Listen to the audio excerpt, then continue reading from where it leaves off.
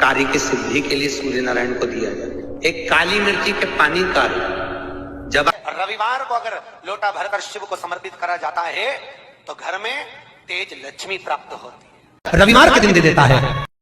शिव पंचायत में गुड़, चावल, लाल फूल और लाल मिर्ची के 11 दाने पानी के कलश में तांबे के लोटे में लेकर हाथ को ऊंचा कर नेत्र, नासिका, वक्षस्थल के सम्मुख में जो सूर्य नारायण को अर्घ देता है, जल चढ़ाता है, पर जो सूर्य को अर्घ रविवार के दिन दे देता है, अगले रविवार तक पैसे की आवक आना प्रारंभ हो जाती है।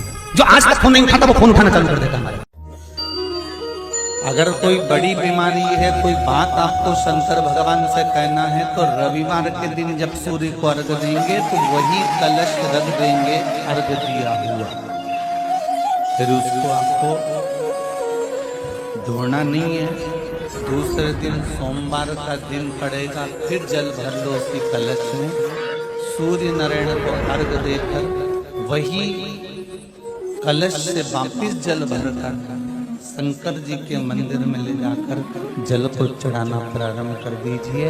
आपको स्वयं बड़ी रोग, बड़ी बीमारी में भी आराम लगना प्रारंभ हो जाएगा। आप कहो रविवार को अगर लोटा भरकर शिव को समर्पित करा जाता है तो घर में तेज लक्ष्मी प्राप्त होती है। सोमवार के दिन भगवान शंकर को अगर जल चढ़ाया जाता है तो हमारे घर में शीतलता का अनुभव होता है। मंगलवार को अगर शिव जी के मंदिर में, शंकर के मंदिर में जाकर 1 लोटा पानी चढ़ाया जाता है तो हमारे कार्य में उन्नति होती है। बुधवार के दिन अगर शंकर पर 1 लोटा पानी चढ़ाया जाता है तो जिन लड़कियों का विवाह नहीं हो रहा, जिन बच्चों का विवाह नहीं हो रहा, उन बच्चों के भी विवाह हो जाते हैं हमारा। गुरुवार के दिन अगर शिव जी के मंदिर में पानी चढ़ाया जाए, जल चढ़ाया जाए तो घर में विद्वत्ता का अनुभव होता है हमारा, बच्चे पढ़ने में प्रखर होते हैं महाराज।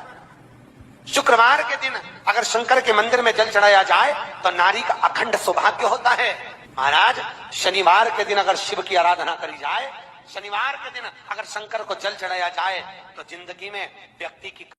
सूर्य को 3 अर्घ होते हैं। एक लाल चंदन का अर्घ कार्य की सिद्धि के लिए सूर्य नारायण को दिया जाए। एक काली मिर्ची के पानी का अर्घ, जब आप कोई एग्जाम में बैठ रहे हैं, कोई परीक्षा में बैठ रहे हैं और आपको उसमें उत्तीर्णता चाहिए या मेरा ये काम सफल चाहिए या अदालत में केस चल रहा है उसको निपटाना है, तो काली मिर्ची के जल से सूर्य को अर्घ दी जाती है। तो उस जल के अर्घ से व्यक्ति का काम तुरंत 1.5 महीने के अंदर सफल हो जाता है। काली मिर्ची के अर्घ का इतना प्रमाण। तीसरे नंबर पर है बेलपत्री के जल का अर्घ सूर्य को दिया जाता है। बेलपत्री के जल का अर्घ कौन देता है? जो बहुत बीमार पड़ा रहता है, जिसको कुछ ना कुछ शारीरिक कष्ट चलता रहे, कभी घुटना, कभी कमर, कभी पेट, कभी ब्लड प्रेशर, कभी शुगर, कुछ ना कुछ चलती रहे, तो वो लगातार 1 महीना बेलपत्री के पानी का अर्घ सूर्य को देता रहे, उसको रोग से निवारण हो जाता है। रोग से समस्या खड़ी हो जाए, कहीं बहुत विकट समस्या है और कोई हल ना मिल रहा हो जाता है जीवन में। कोई घड़ी ऐसी आके खड़ी हो जाती है जहाँ पर हमको सोचने के लिए भी समय नहीं मिलता। तब शिव महापुराण की कथा वर्णन करती है। रविवार को अगर लोटा भरकर शिव को समर्पित करा जाता है तो घर में तेज लक्ष्मी प्राप्त होती है। शिव कथा कह रहे शिव जी कहते हैं, कुंवारी कन्या तीज का व्रत करती है, हरतालिका तीज करती है, छोटी तीज, बड़ी तीज, हरियाली तीज करती है, छठ व्रत करती है। कुंवारी कन्या नवरात्रि व्रत करती है। कुंवारी कन्या जितने भी व्रत धारण करती है, सोमवार, मंगल, बुध, गुरु, शुक्र, शनि, जो भी व्रत उसने करा है, कुंवारी कन्या भूल से 1 लोटा जल मुझे समर्पित करती है। शिव कहते हैं वो मेरी पुत्री के समान हो जाती है, सुख सुंदरी के समान, उसके लिए वर देखना मेरा काम हो जाता है। मौका मिले तो गीता प्रेस गोरखपुर की मार्कंडे पुराण निकालकर उसमें पढ़ना मिल जाएगा। शंकर भगवान को रिझाना, बेलपत्र का प्रयोग भगवान शिव को रिझाने का जो आनंद है, शिव को जो मनाने का आनंद है, वो एक स्वरूप ही अलग है, उसका एक स्वरूप आनंद। जब विषम परिस्थिति आ जाए, ऐसा लग रहा है कि आपने पशुपति व्रत कर लिया, सोमवार की अष्टमी का प्रयोग कर लिया, मैंने शंकर जी की आराधना कर ली, तो भी विषम परिस्थिति चल रही है, अभी तक कोई सुधार आने को तैयार नहीं है, तब शंकर जी के मंदिर में जब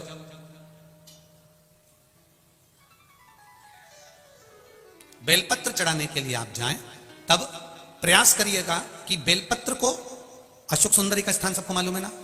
बोलो, जम के बोलो जरा, मालूम है सबको? अशोक सुंदरी वाली जगह पर बेलपत्री को डंडी वाली जो जगह है जहां से पानी बहकर जाता है उधर रखना है। उसी बेलपत्री को वापस उठाना। शिव जी के शिवलिंग पर जब बेलपत्री रखो तो डंडी का भाग, आप यहां बैठे हो तो डंडी का भाग पीछे की ओर होना चाहिए। शिवलिंग जैसे ये है तो डंडी का भाग पीछे की ओर, उसको रखकर 7 लोटा जल भगवान शंकर पर समर्पित कर दीजिए अपने भाव को रखते हो। अगर विषम परिस्थिति चल रही है, आपने पशुपति व्रत कर लिया, सोमवार की अष्टमी का कर लिया, उसके बाद भी कार्य नहीं हो रहा, अटक रहा है, किसी कारणवश कोई फाइल मोटी है, थोड़ा समय लग रहा है, तो 7 लोटा जल का प्रयोग करें। धीरे धीरे 7 लोटा जल शिव जी को बाल्टी में भरकर ले जाएं अपने घर से। 7 कलश जल शिव जी को समर्पित करना है और समर्पित करने के बाद उस बेलपत्री को वापस अपने ही घर पर लेकर आ जाना है।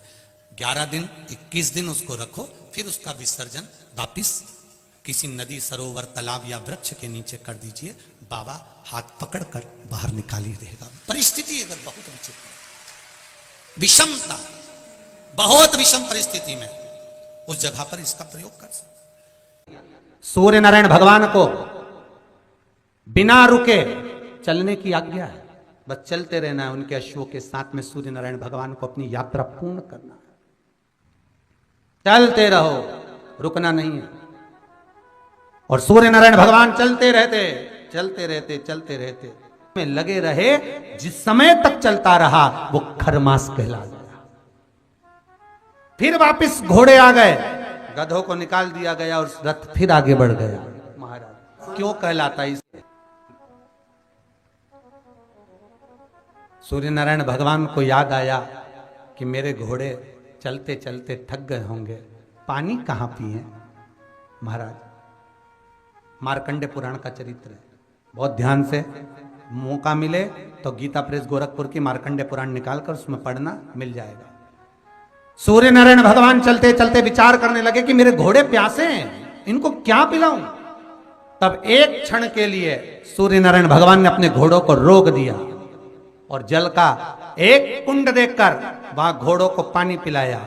जैसे ही पानी पिलाया तो सूर्य नारायण भगवान को फिर ज्ञात हुआ कि रुकना तो है ही नहीं, करें क्या? घोड़े तो पानी पीने में लग गए। सूर्य नारायण भगवान ने देखा वहां पर गधे खड़े हुए थे।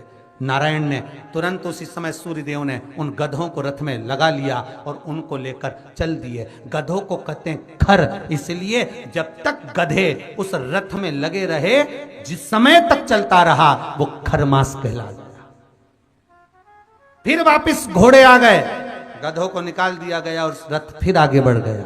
महाराज क्यों कहलाता है? इसलिए इसमें शुभ कार्य नहीं होते, विवाह, शादी आदि का आदि फंक्शन कुछ नहीं होता। पर आज के जमाने में लोग सोचते हैं कि थोड़ा गार्डन वार्डन थोड़े फ्री मिल जाएंगे तो लोग, दुनिया के लोग इसी समय पे शादी करते हैं और बाद में फिर आंख में से आंसू बहाते, हमारी बहू ऐसी मिली महाराज, ऐसा हो गया महाराज। अब महाराज क्या करे बेचारा, ये बताओ महाराज क्या करेगा?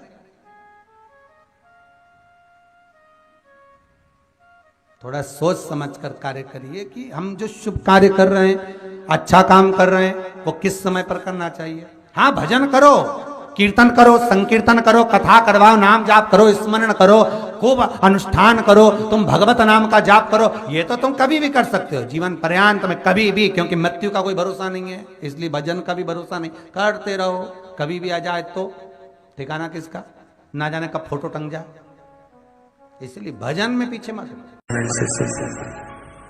पार्वती जी ने कर जोड़कर, हाथ जोड़कर भगवान शिव से अपने पुत्रों के सामने, अपने बच्चों के सामने स्तुति कर शंकर भगवान से कहा, आपने मेरा नाम द्रुमावती रख दिया, आप द्रुमवन बन गए, मैं कुछ देर के लिए वेदव्य के रूप में आ गई। पर शिव जी से पूछा कि फिर आप मुझे वापस कैसे प्राप्त हो गए,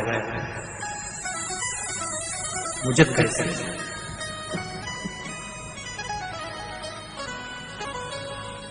शिव जी कहते हैं, कुंवारी कन्या तीज का व्रत करती है, हरतालिका तीज करती है, छोटी तीज, बड़ी तीज, हरियाली तीज करती है, छठ व्रत करती है। कुंवारी कन्या नवरात्रि व्रत करती है।